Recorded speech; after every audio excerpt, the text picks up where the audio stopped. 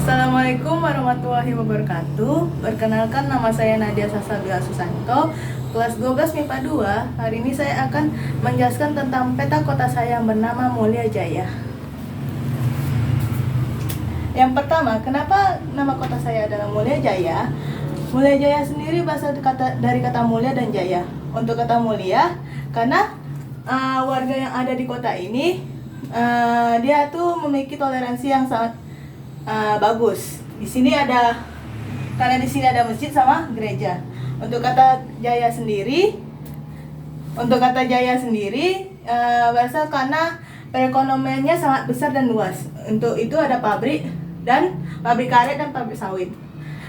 Terus selanjutnya ada untuk kotanya sendiri merupakan kota dataran rendah karena tidak memiliki pegunungan. Terus selanjutnya ada apakah kota ini merupakan green city atau smart city? Kota ini merupakan keduanya, yaitu green city dan smart city. Untuk green city sendiri, kenapa? Karena kota ini terdiri dari sebagian wilayah pepohonan. Ada hutan lindung, untuk taman kotanya ada pepohonan. Untuk tempat pabriknya sendiri ada pohon karet sama pohon sawit. Selanjutnya untuk kenapa smart city? Kenapa smart city? Karena kota ini jaraknya antara pusat pemerintahan, pusat kota, tempat ibadah dan lain sebagainya terintegrasi dengan baik. Terus untuk selanjutnya, kalau ditanya kenapa kawasan pemerintahan tidak jauh dengan pusat kota, yaitu pasar, mall, toko pakaian, perhiasan, toko bangunan sama toko elektronik. Alasannya karena supaya kebutuhan pegawai yang ada di daerah pemerintahan ini semuanya tuh kebutuhannya itu mudah terwujudkan. Untuk selanjutnya, kenapa pusat kota dekat dengan hotel, restoran, bank, rumah sakit, museum, dan tempat ibadah?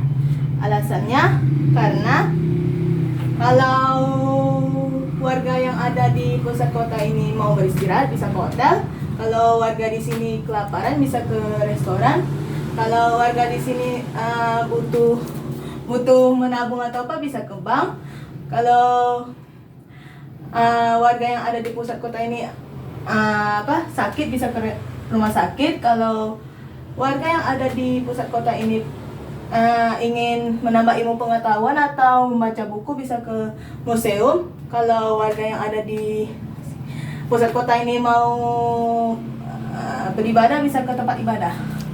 Selanjutnya, kenapa kawasan pemerintahan dekat dengan pabrik dan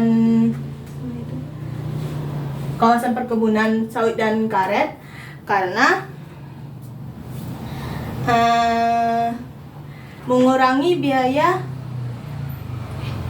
karena situasi udaranya menjadi lebih baik. Karena kan ini dekat nih berdua nih kan. Jadi situasi udara yang di pemerintahan itu jadi lebih baik. Selanjutnya, untuk kenapa pabrik karet sama sawit dekat dengan perkebunannya sendiri? Karena mengurangi biaya pengangkutan hasil perkebunannya itu, pengangkutan dari perkebunan ke pabrik itu sendiri. Kalau Bapak tanya di mana tempat pembuangan limbahnya, pembuangannya ada di sini. Ding. Terus selanjutnya,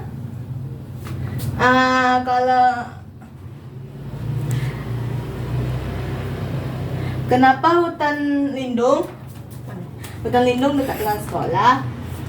Kenapa hutan lindung dekat dengan sekolah? Karena biar udaranya bagus. Ya walaupun banyak yang dilindungi di sini kan pepohonan, Pak. Jadi pepohonan kan nanti udara yang ada di sekolah jadi lebih bagus. Terus selanjutnya, kenapa masjid, gereja sama museum berdekatan atau ramai? Karena masjid ini jarak masjid ke museum ini sebenarnya jauh, nggak dekat. Nggak jauh sebenarnya jarak jaraknya ini jauh, nggak dekat. Ini gara gambar dari atasnya aja, Pak. Terus selanjutnya untuk pengairan yang di perkebunan ini ada letaknya di mana? Saya pernah baca kalau perkebunan sawit ini tidak perlu ada pengairan karena dia nanti ada air hujan sendiri. Terus selanjutnya, kenapa pasar mall dan sebagainya tempat pusat kota ini berdekatan? Karena sebenarnya nggak masalah sih, Pak, dekat ini semuanya dekat, kan emang udah terstruktur dari sananya. Apa sih namanya tuh?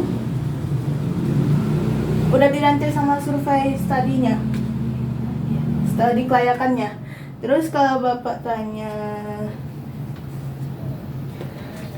tanya sektor utama dari perekonomian ini semua, yang pertama itu ada industri pengolahan, yaitu pabrik sawitnya sendiri yang sangat besar, sama itu perkebunan sawit sama karetnya. Terus untuk yang kedua ada real estate, yaitu perumahannya sendiri. Terus yang ketiga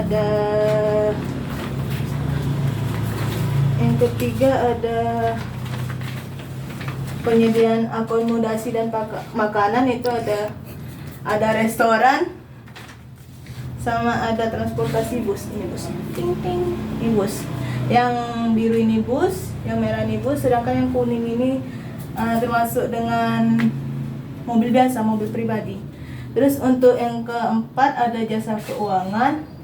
Jasa keuangan ada di bank. Untuk selanjutnya ada jasa kesehatan, ada di rumah sakit, dan selanjutnya ada jasa wisata. Jasa wisata ya, danau, taman. Selanjutnya untuk DDL sendiri saya mendapatkan 0,72 yang merupakan lingkungannya baik. Sekian, terima kasih.